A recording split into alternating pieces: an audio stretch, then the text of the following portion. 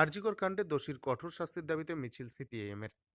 বৃহস্পতিবার রাজগঞ্জ ব্লকের সন্ন্যাসীকাটা গ্রাম পঞ্চায়েতের লাল স্কুল বালাবাড়িতে এই মিছিল বের করা হয়। মিছিলে মহিলা, পুরুষ ও শিশুরাও পা মেলান।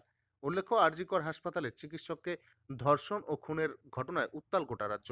জেলায় জেলায় রাজনৈতিক অরাজনৈতিক সংগঠন প্রতিবাদে নেমেছে।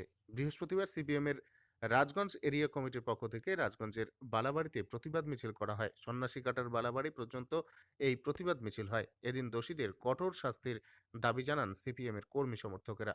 ঘটনাকে নিয়ে আজকে এই প্রতিবাদ সভা এবং এই পথসভা। কি বলবেন?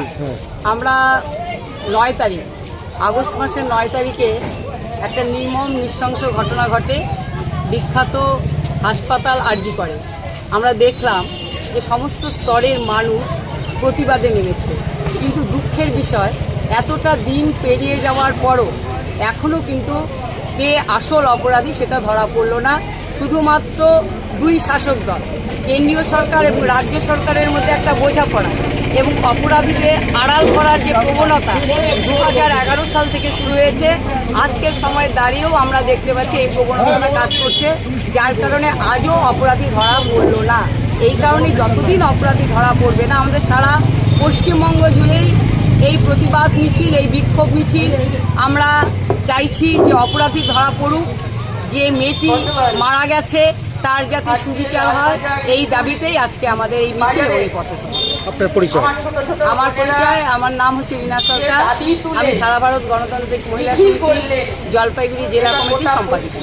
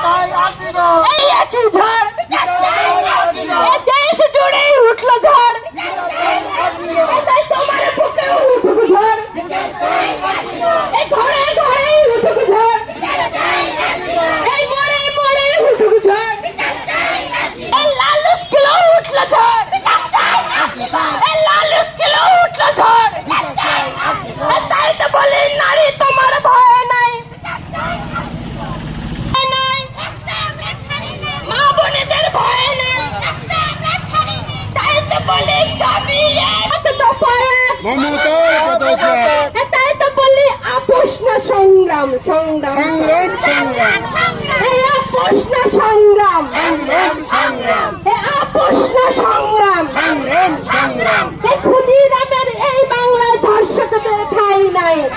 এই অপরাধের চামড়া, এই স্বৈরাচারের চামড়া, এই শাসকের চামড়া, এই ধর্ষকের চামড়া, এই শাসক